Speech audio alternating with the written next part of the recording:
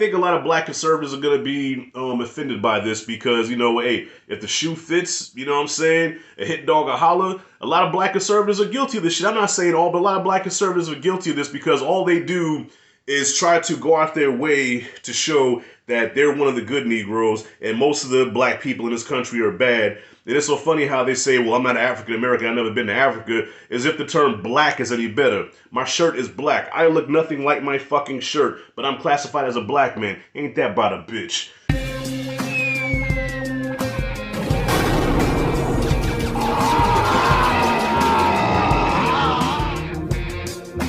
Well, Ashley came downstairs after all. Alright, y'all, so I just got done watching Bel-Air Season 1, Episode 4. Spoiler alert, I'm going into spoilers here.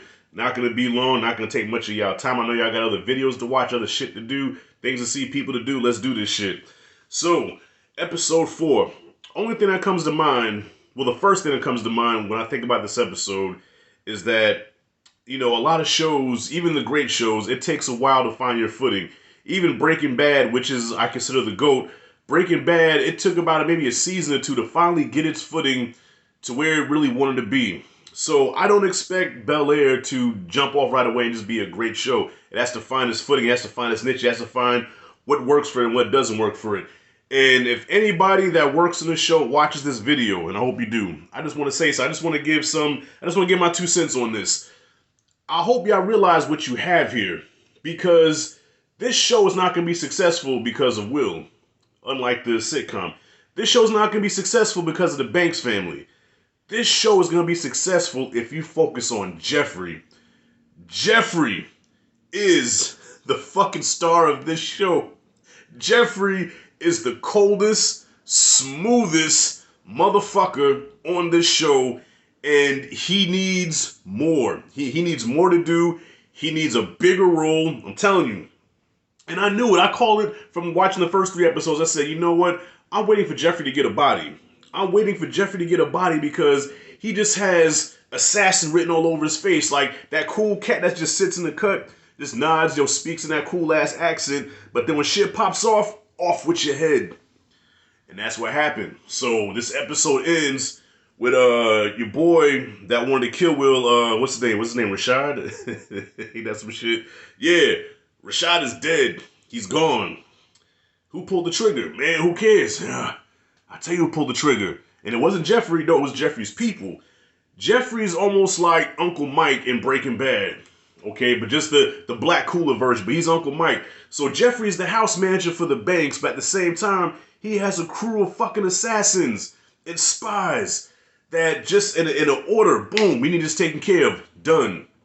So don't get it twisted. Like in the show, Geoffrey was the butler. He was the one that Uncle Phil and Aunt Viv bossed around. And, yes, Master William. No, this time around, yo, Phil, let me holler at you for a second.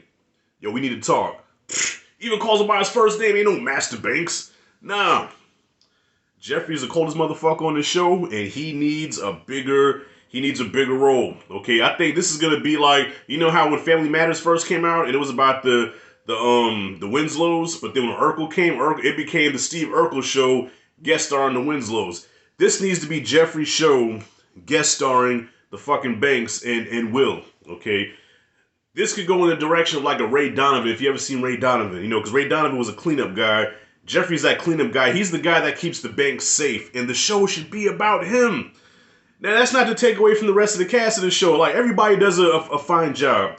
I'm not 100% in love with some of the acting in the show, but everybody, for the most part, does a good job. And I think that the actor playing, what's his name, Jabari, I'm going to get his name one day. The actor that plays Will, I think he does a well enough job. He's likable enough, you know what I'm saying? He can never live up to the charisma of Will Smith, but he serves his purpose for this show. That's not a take away from them, but they're secondary to Geoffrey. And that's all I want to, I don't even want to get into everything about this episode, okay? All right, so we have Hillary and Jazz are giving each other the fuck me eyes, where Jazz even has a sus moment, you know.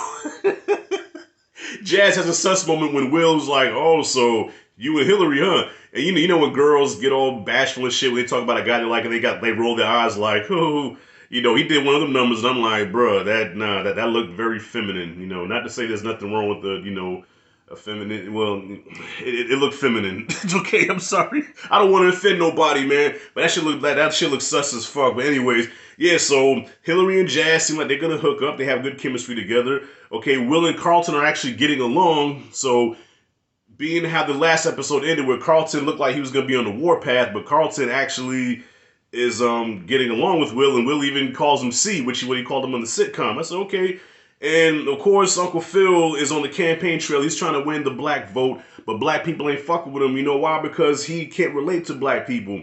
And I think a lot of black conservatives are going to be offended by this because, you know, hey, if the shoe fits, you know what I'm saying, a hit dog a holler, a lot of black conservatives are guilty of this shit. I'm not saying all, but a lot of black conservatives are guilty of this because all they do is try to go out their way to show that they're one of the good Negroes and most of the black people in this country are bad. And it's so funny how they say, well, I'm not African American, I've never been to Africa, as if the term black is any better. My shirt is black. I look nothing like my fucking shirt, but I'm classified as a black man. Ain't that about a bitch? So anyways, yeah, so this episode definitely attacks the black conservative and how they cannot relate to black people in their communities in this country. And Carlton and Uncle Phil are a perfect example of that. And it takes Aunt Viv and Will to kind of bring them back to reality. Look, if you want to win the black vote and the black trust, you got to get out there in the community. You have to talk to the people. You have to be a part of the people. You know what I'm saying? You can't just sit on your high horse with all your money and then look down and be like, you know, yes, I'm doing what I can for these people. No, you are these people. You know, we're all together here. And if only black conservatives can come together, we can reunite like that. Like, you know what I'm saying? It ain't about me being a liberal. I don't consider myself a liberal. I consider myself a fucking man, okay? That has codes and values and shit, but I can't fuck with a lot of the shit that black conservatives say. But anyways, yeah, this is a heavily political episode that will piss off some black conservatives. I can see some of them reviewing this episode, this show, and shitting on it, calling it racist or whatever the fuck it is. But look, hey, sometimes when you hold a mirror up and you look at yourself, sometimes you're not gonna like what you see. Fucking live with it. So anyways, dope ass episode, but I just saw the potential and I got excited. And I said, I hope the writers and the producers see what I see. And that's what's going to be the success of this show. Not so much Will. Because, all right, what made the sitcom a success was Will's charisma and his ability to make you laugh, okay? And even though this is a show that's taken from the sitcom, I don't think I laughed. I probably chuckled a couple of times. So there's not a lot of humor in this show. So what made the sitcom work is not what's going to make this show work. Okay, this is a more serious tone show. So I think if you're going to have a serious tone show, why not crank that shit up all the way? Make Geoffrey that main motherfucker, even though he's in the cut, but make him that main motherfucker and watch how many ratings this show gets and how this motherfucker blows up. I'm just saying. I watched this with my daughter yesterday, right? And my daughter cannot get into it. She, you know, I guess it's going to be people. This show's not going to be for everybody, especially if you're a big fan of the sitcom. This show's not going to be for everybody. My 16-year-old, she didn't get it. She didn't like it. She's like, this is not funny. I'm like, we're supposed to be serious, but she's like, well, I can't get into it. Cool. But I see the potential in here. So if y'all watching this, do what I said, and you might have a hit on your hands, and you can cut me a check for it. That's it, and that's all. So what did y'all think about this new episode? Comment freely below. Let me know what you thought. If you like and dig this content, hit that like and subscribe notification bell in the corner. This is Rashad G signing out. See you in the next video.